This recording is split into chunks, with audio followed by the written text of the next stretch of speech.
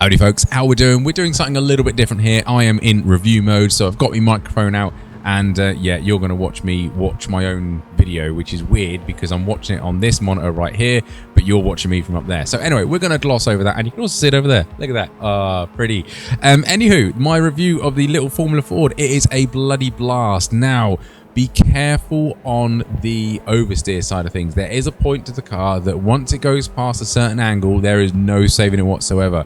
So make sure you stay on top of that rear end as much as possible. It's very much like the Formula V in that respect. Make sure you're on top of the rear end. Get the corner sorted out before you need to go through it effectively. So be careful on the brakes in. It gets very light on the rear. Be careful when you turn in. Try and get a bit of throttle on to try and keep that rear end in check as best you can. It's a little light car, so once it goes, it's got very, once it starts sliding, it's got very little weight or anything to try and bring that back in. So once it goes, and you will find you'll get a little bit of a slide. You'll be able to correct it, but if it goes past the angle a bit too much, you're completely knackered. So we are looking at its actual iRacing name is a Ray FF1600, which the 1600 there is obviously the engine size. It's a 1.6 litre engine developing 116 horsepower, so it's got enough power for it, and it is a very light car. It's 504 kilos, and that includes an 80 kilo driver, and I'm not 80 kilos, so mine is going to be a little bit heavier, so that's why I'm going to be a little bit slow.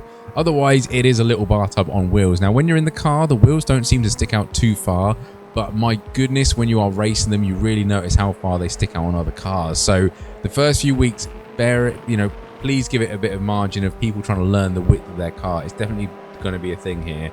Got a lovely camera angle there on the shoulder of the driver. We clipped through the helmet a little bit, but yeah, it's a lovely looking thing. Racing, there is a little bit of slipstream. You can see me catch on that blue car right there. There is a bit of slipstream that can work, but you have to be very close to the car in front. If you're sort of 0.5 to 0.8 behind, no slipstream whatsoever, and then you get in that sort of 3 and 2 marker, and you really do chug along quite well. Do not bump draft in this thing. It does not work. That nose is very low and very flat and very pointy, so do not bump draft. Yeah. Otherwise, this car is going to be an absolute blast. It's probably going to be complete carnage because this car is in rookie, and then there's a D-Class series on the calendar. And yeah, I think it's going to take some time for people to get used to it, but otherwise, this will be a fantastic little car. I'm really looking forward to it. I'm wondering if it's going to be sort of the new iR04 without all the crazy people in it, to be honest. I'm hoping that we can get some good racing. It is quite quick as well. You're doing a good 120 miles an hour in this thing, and the acceleration is not too bad at all. Yeah, it's a wonderful free car. I'm glad it's free because it's going to be fecking awesome in my eyes, and I'm really looking forward to it, to be honest. I am honestly cannot wait for Season 2 to start. It's going to be amazing. Right, welcome to the Renault Clio. This is a paid car, so you will have to give your money to iRacing to get this car. And in a nutshell, it's a front-wheel drive hatchback, as we all know the Renault Clio is. So we're looking at the weight. It's 1,032 kilos, so we're just over a ton in weight with 200 horsepower going through a 5-speed gearbox straight to the front wheels.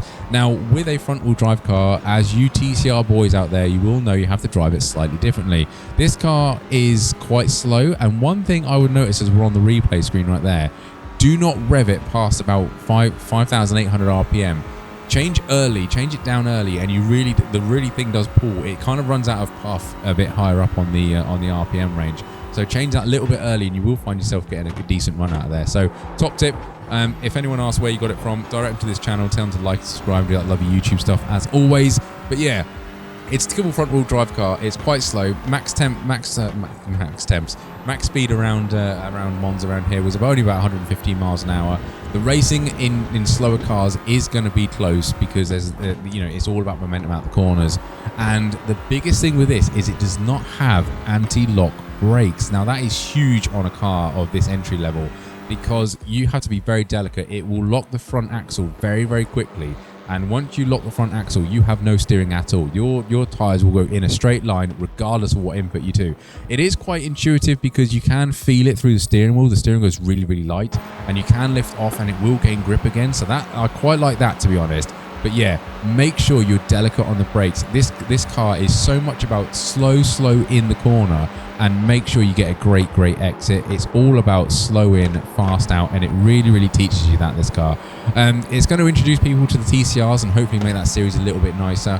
I don't think it's got any participation issues with TCR, but this will be a nice entry level into that series. We don't have many front-wheel drive cars on the service, and this is going to replace one of them in the SimLab series. So yeah, I'm thinking it's going to be good fun. It will be carnage. TCR and sort of touring cars are a little bit rubby doors and things like that. But yeah, it should be close racing. Slipstream was kind of non-existent in this thing. You can definitely counteract the slipstream with my little early gear change trick. So if the other person knows that behind, then you're knackered. But yeah, you're going to get some good racing. Be careful of dive bombs into turn 1. People will think that they can outbrake you and they will instantly lock the brakes. So just be cautious about that, particularly turn 1 at Monza. We know how fun that's going to be, let's be brutally honest. But yeah, overall, quite happy with this car. I'm not a tin top person, to be brutally honest with you.